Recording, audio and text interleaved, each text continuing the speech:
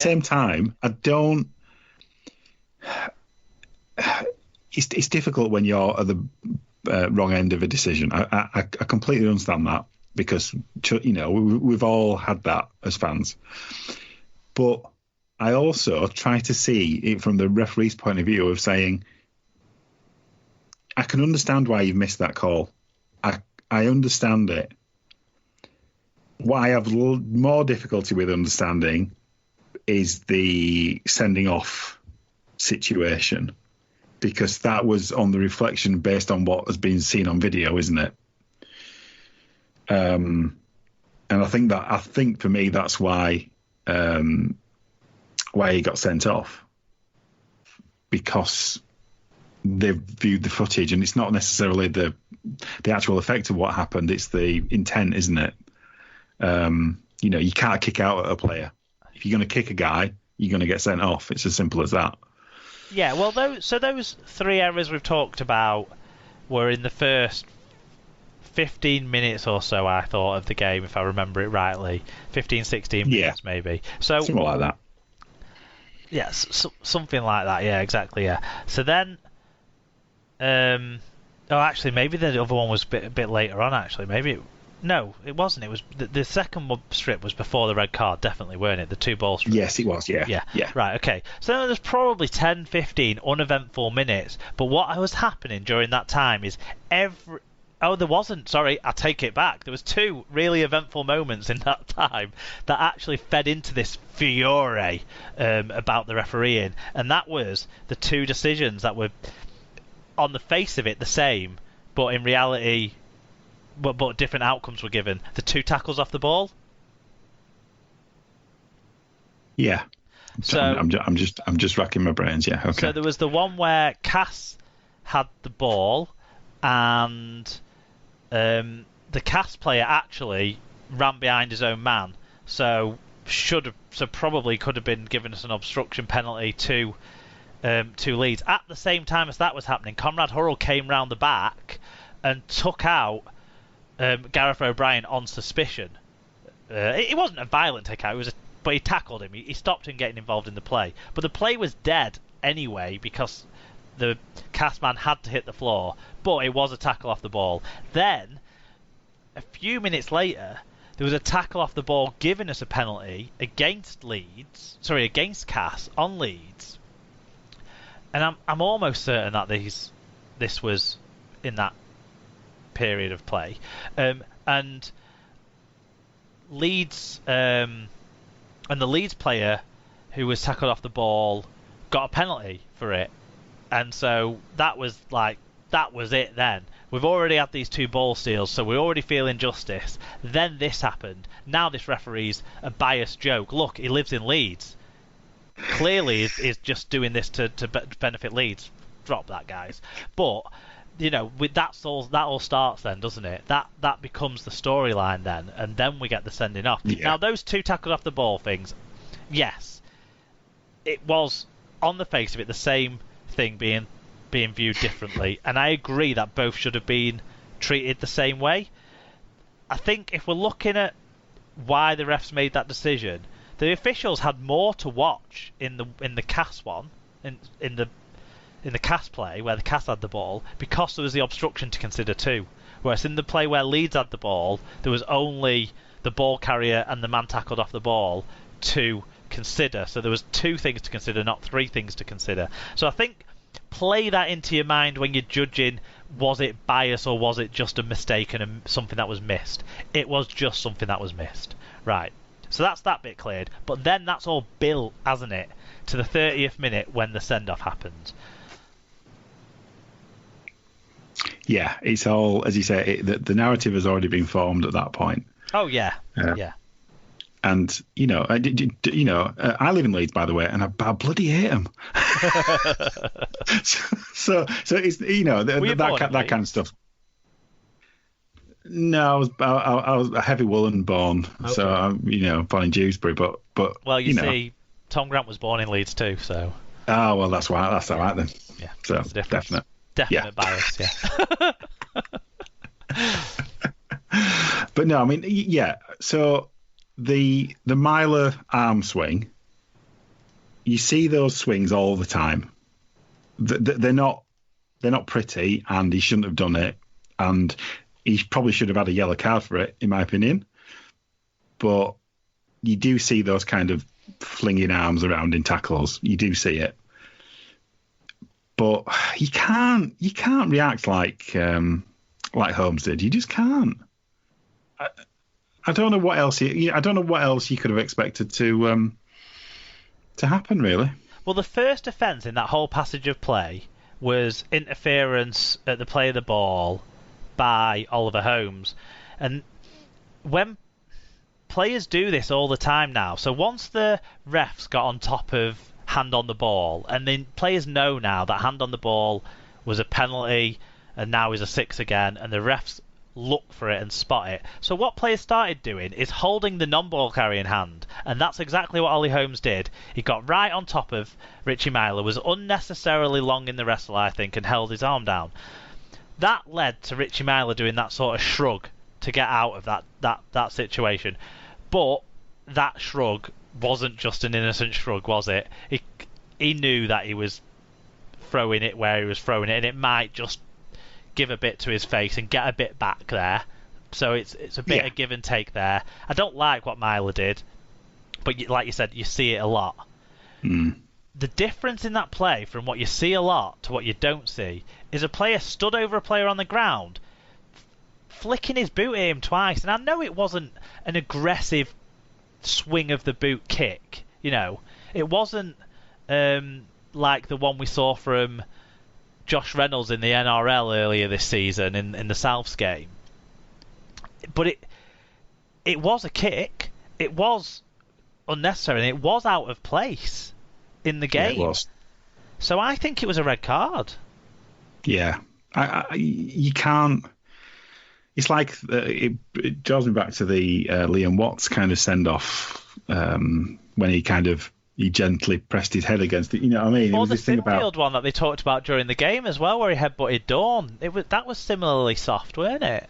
Yeah, you can't say, oh well, he didn't really, it was only a little light touch type stuff. It's all about the intent. If you're standing over somebody, it's just stupid. Yeah, it's out of place. Yeah. But Always in Our Shadow picked up on a good one for me. I thought Reece Martin's running sort of shoulder barge was kind of as worthy as any sort of attention. So I was expecting 2 sin minutes, to be honest, rather than any red cards. But I don't think it was wrong that Holmes was sent off. I do think one of the Leeds players, either Myler for the arm he threw up, I wouldn't call it an elbow to the face. I think it wasn't quite that, but it looks like that. But him flailing his arm up towards the guy, I think that deserved maybe some sort of punishment. But if that didn't, Reece Martin running in did. So one of those 2 things should have got a yellow card as well in my book. And you also can't say Holmes has reacted how he shouldn't have reacted, but then Reece Martin hasn't reacted how he shouldn't have reacted as well. You can't judge those 2 things that differently. Reece Martin you can judge differently because it was just coming in. It wasn't. He didn't throw a punch. He didn't kick anyone. So, but he escalated it. I thought so. I'd say he should have sat down too. But only for 10 minutes. That's the thing they need to avoid. Players piling in, don't they? Yeah. Because that's what takes a situation out of control, really. But I know players piled in because someone saw a kick going towards another player who was down on the floor. So I get that, but yeah, I think that would have, to me, that might have seemed like a more equitable outcome if a Leeds player sat down for 10, but Holmes was sent off. And to be honest, I wouldn't have been hugely offended by Ollie Holmes only getting 10 minutes himself, but it just felt like something that you're not supposed to see that on the pitch.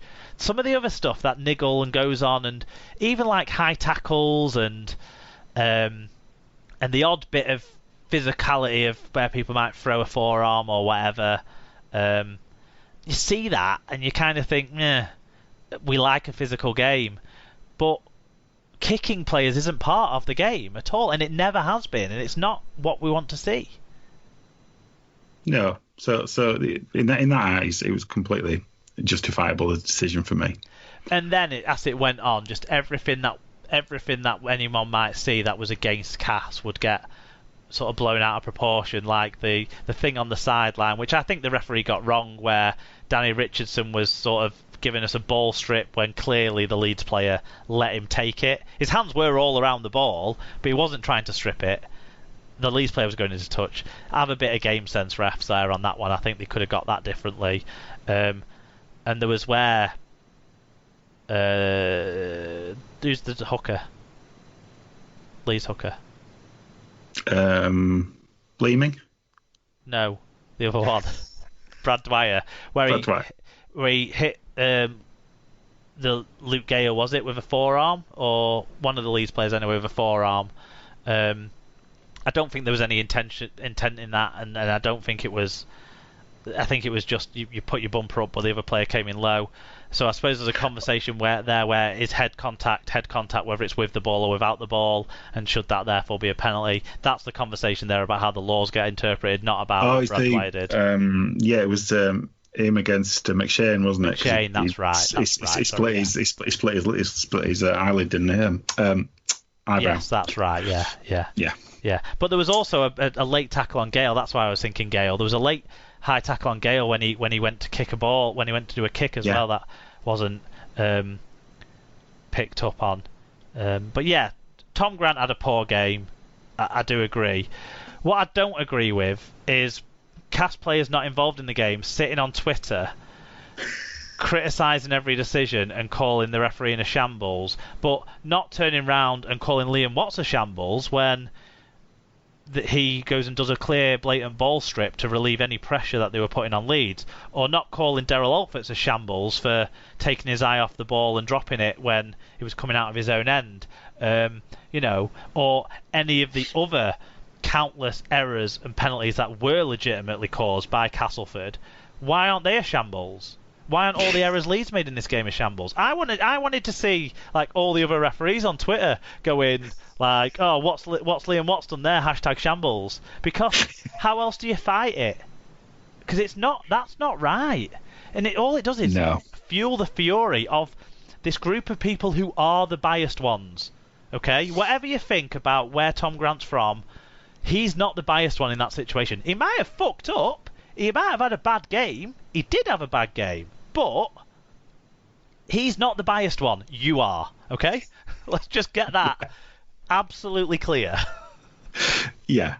No, I would completely concur with that. And one thing I have to say, if you're a Cast fan and you're a bit upset but you're still listening, one thing I would say is that what I was very disappointed with a couple of times in the second half. Cast were ahead. They had opportunities to make an attacking kick, and Richardson just booed it into touch. Like he thought, "We'll hang on here. We'll just hold them up when they get over the line," as they did like 10 times. Were fantastic, weren't they, in the second half? They really were fantastic.